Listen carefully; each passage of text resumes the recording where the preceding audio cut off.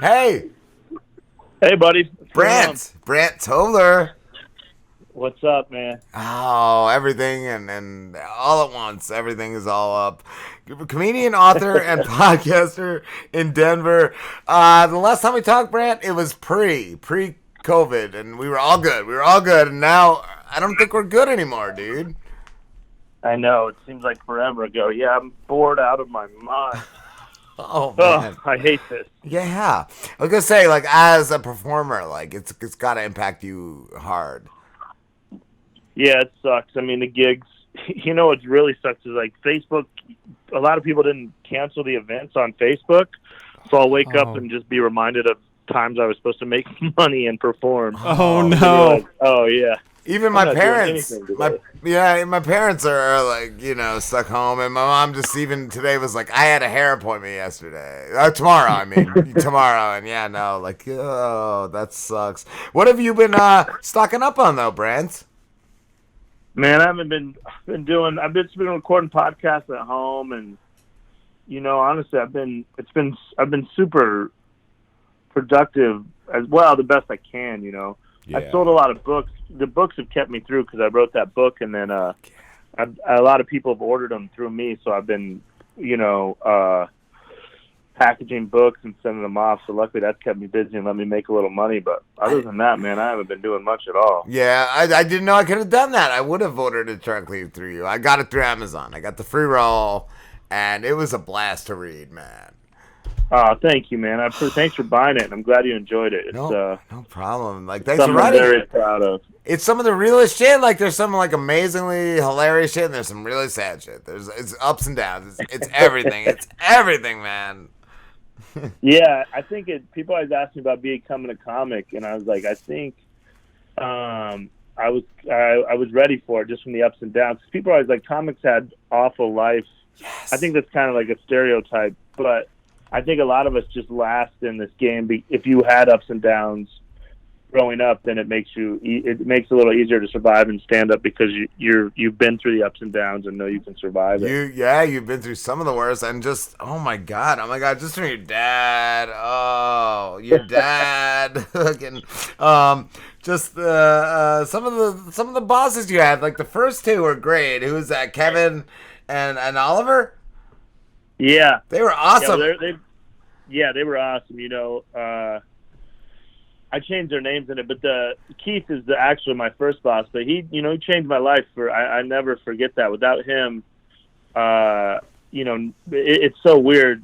I'm working on this. I'm doing one of these TED Talk things about leaving your hometown and how important it is to go out and explore the world. But I was writing about it today, and I just had that constant reminder of like, if I didn't meet him, I don't know where my life would be. It's so weird that meeting one person can change your whole entire life.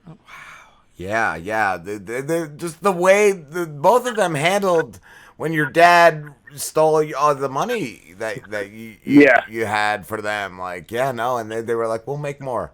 And just the one guy, was it Oliver, I think, that said, you don't have another dad, do you, Brant? Like, Yeah. Oh my God.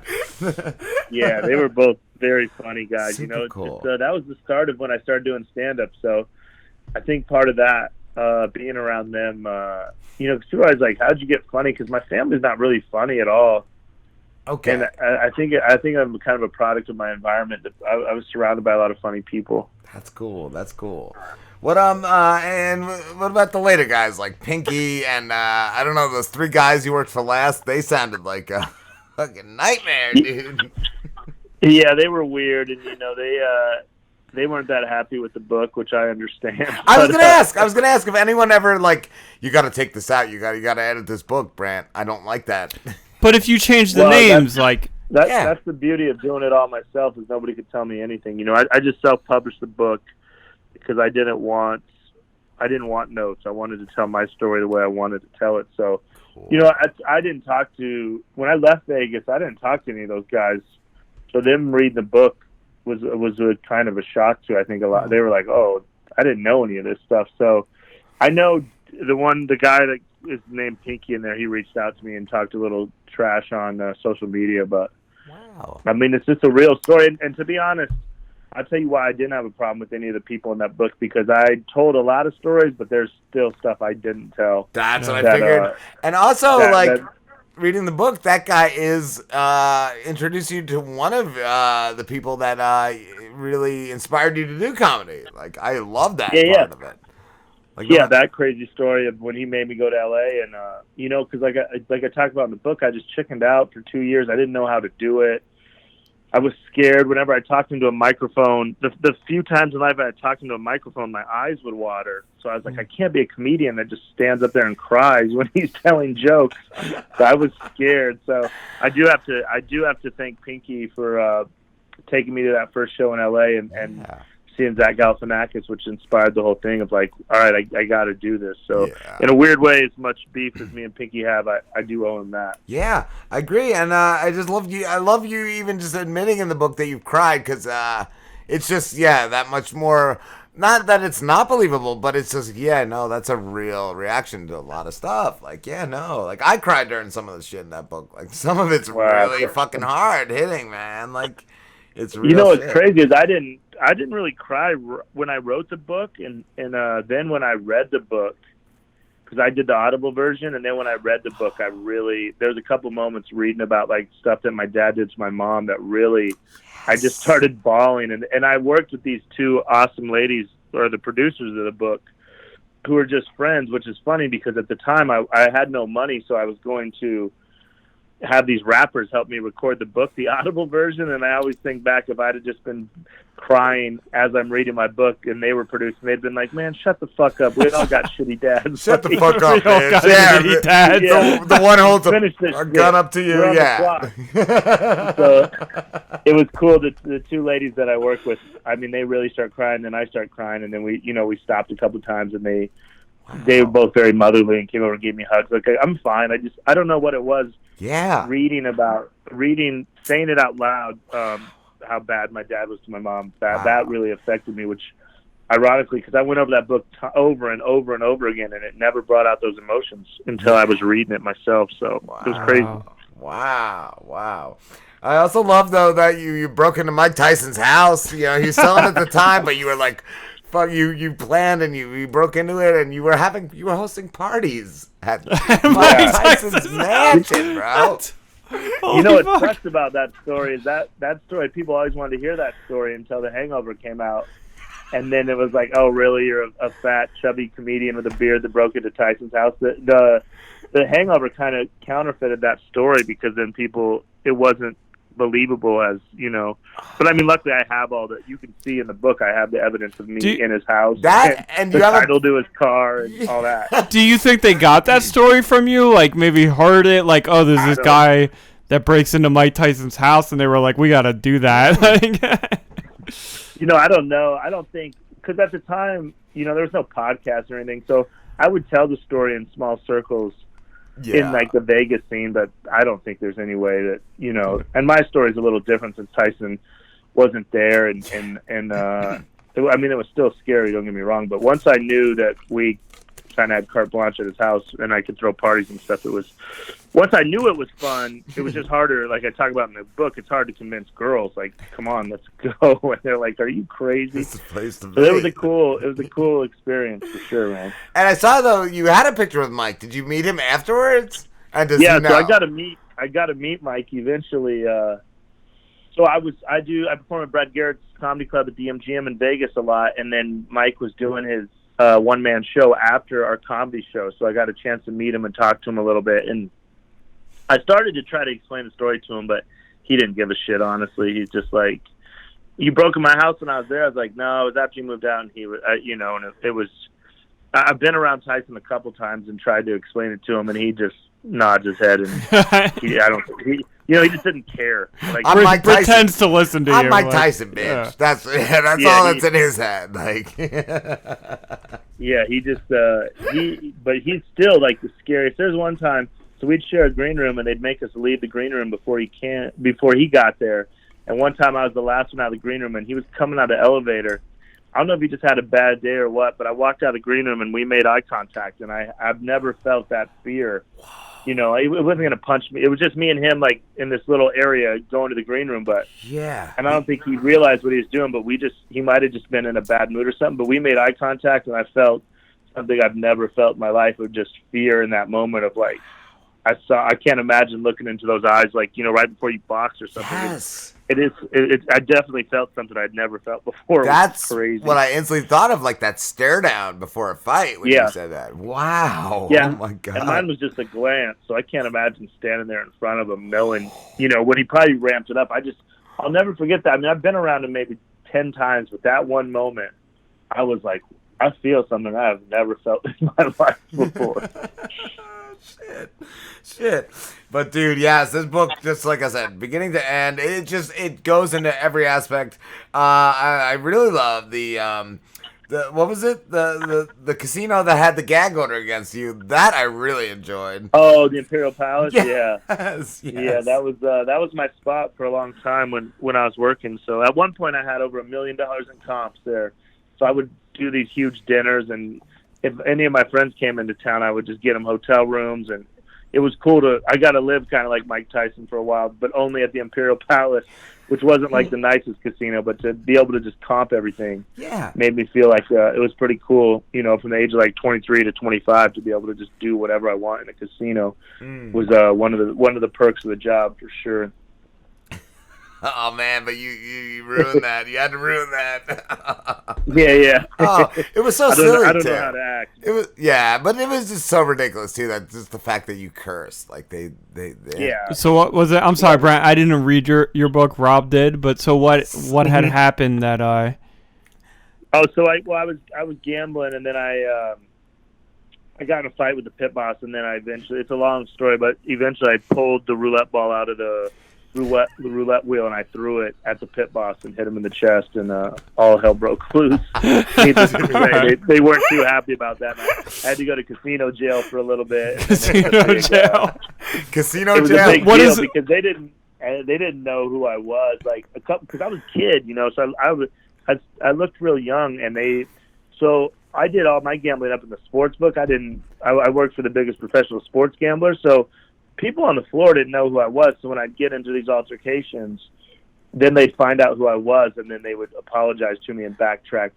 But I mean, I was a douche. I could have handled it better, but you know, I was a kid from Wyoming to have that kind of power. Yeah. When I was at the time probably one of the biggest gamblers they had, even though it wasn't my money. It was just my job to go bet for my bosses. But it was always funny to have these guys come apologize to me, which they hated to apologize to a 23-year-old kid who I was a complete asshole when I got drunk and felt entitled. So it was just it's crazy to even think about now, just growing up in Wyoming, that I would become involved in this crazy ass like mafia lifestyle in Vegas still blows my mind. But even before that, though, dude, the mafia, the mafia. Yeah. Oh my God, the shit. What did they say you got from them? What was that store? Oh my God, was it about $500,000? They said they claimed you stole from them. They said they were short like $600,000 in inventory. No, it wasn't all me, but it was there. I definitely put a big dent in it in Dillard. So that was that's what kind of started it all. I try to explain to my girlfriend all the time. My mind I just have a different mind. Like, I think it's because my dad was just a scumbag and was in prison my whole life. Genetics. But I think it's genetic that when I walk into a situation, my brain immediately figures out how you could run a scam or what you could do, you know, which isn't good. I don't do it anymore. I'm grown up. I've done better, but it's still in me. Trust me. There's times so I'm like, oh God, I could, during this quarantine, my brain really is overtime. Like, God, we could really run some side hustles here. And, you were pool hustling? I just had to. You were pool hustling? No, mall hustling. Oh, I thought you said like Billards. He worked Dillard's. That's small time nerd okay. shit. I was running a huge operation in a mall, a huge mall. I gave away, they said, close to $600,000 in inventory out of a Dillard's department store, but I was trading it around. It was before eBay and shit, so I didn't know. I could, and I was a kid. I was 19. I didn't really know how to make money off it, so I was just hooking up all my friends. But no, I had a huge. I should probably still be in jail, honestly. Yeah, dude, that was wild. But Brent, before we, you were about halfway through. I wanted to ask you. I read in the book that you were a huge fan of Eminem as a kid because he had a shitty dad, and so did you. Yeah. I wanted to ask if you could maybe freestyle one of your favorite verses from an Eminem track. Man, my favorite one. You know what? Because we did that first Eminem tape to show how old I was. When I left, I dropped out of college and moved to Vegas to connect with my father after he got out of prison for like the 8th time, and that was like our soundtrack. So that first Eminem tape, but I mean, like, to me, Eminem, the first thing that comes to my head is just the obvious one: is his palms are sweaty, knees weak, arms are heavy, there's vomit on his sweater already, mom's spaghetti. That is something that was just always reminds me more of stand-up, you know, that, because like I said, I chickened out for 2 years before I got the courage to do stand-up. So that the whole 8 Mile, that resonates with me. You know, anytime I hear Lose Yourself, it just gets me, it takes me back to being scared to do it in stand-up. And then when I finally did it, how amazing I felt. Love that. I also think this is how comparable he is. Like, I never had a shitty dad. Like, you know, I had problems with my dad growing up, but my dad was always around and we always worked shit out. But I just feel like, yeah, on that level. And even just on his last album, at first I was like, dude, you're almost, you're over 40. You're still doing whole tracks to your dad, but like that hatred I don't feel ever goes away. Like he'll do one line to a rapper that dissed him and destroy that rapper, but he'll still do like a whole track to his dad. Like I just feel like that's some real shit right there. Yeah, you know, I haven't spoke, like in the book it talks about how I tried to kill my dad and then luckily it didn't work, but from the day we tried to kill my dad, it's about 19, I don't know the exact, it's probably 19 years ago. I've never spoken to my dad at all, but I know he's out there, you know. Okay. My mom, but we have an idea where he's at, and I don't ever want to reconnect with him. I just want to know where he's at in case he comes into my life, because I'm pretty easy to find when we're allowed to do stand-up. You know, my schedule is posted for the next 8-10 months, so Yeah. I don't know if he'll ever try to come back into my life, but I just don't even know what he looks like or anything. That's a crazy thing. I don't want to meet him again or ever. There's no fixing what he did. You know, I'm surrounded by a lot of people that are, you know, just good people. Are like, yeah, you should give him another chance and forgiveness. And like, there is no more. We gave him plenty of chances. You gave him. I would tell people, if him you read chance. the book, he had his chances, and I'm fine with never talking to him again.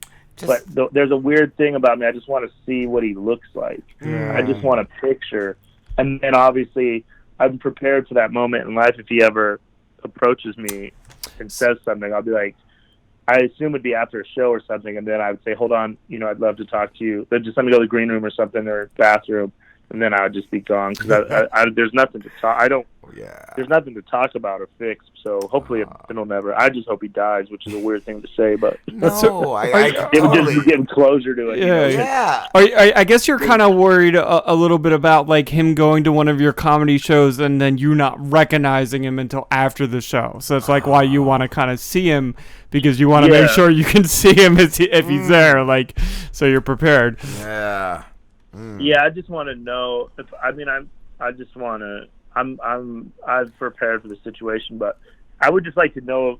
I mean, he might come up and just punch me in the. Who knows? I mean, it didn't end well. Obviously, we tried to kill him. Yeah. But it's in just some weird way. I just want to see what he looks like for some reason. Yeah. And then if I could just get a picture of him, because like my grandfather died recently. I guess I don't talk to anyone on that side of the family since all this stuff happened with my dad. But I thought there was a chance maybe they would do a funeral or something. I could just see him, but who knows, man? I don't know. I love though in the book, like you just talking about your mom and your stepdad, just how much of a great influence they were. You really had some of the best people like that brought you. Yeah. through You life. know, I'm from a small town in Wyoming, in Cheyenne, and I was lucky that everybody knew about my dad in my hometown, even though I didn't. My mom told me my dad was in college the whole time I was a kid when he was really in prison. Yes. But I was lucky enough to have a great stepdad, and then my teachers and my coaches and everybody around me kind of stepped up when I didn't even know they were stepping up. And so I had a great childhood. Because like I said, my parents told me my dad was in college, so I was like bragging about, which just makes me laugh no. in hindsight that I was telling people, oh no, my dad's doing at college doing real good and all this, when he was really in prison doing really bad. But just the part where he was promising you gifts and you were writing letters and your mom and your stepdad were buying you the gifts because he would promise you stuff and never even send it. Like, it was just, oh wow, yeah, dude. Yeah, he's just a bad person, you know. He's just a bad dude. I don't know. We just need it to be over with so I don't have to worry about it. But I don't have any kids yet, but it's always inspired me. I can't wait to be a father. And I was gonna ask. I definitely have learned from his mistakes and will do things a lot different than he did. Cool. Yeah, I have 3 sons, and I was gonna ask if you would have a kid if the chance ever came up. Yeah.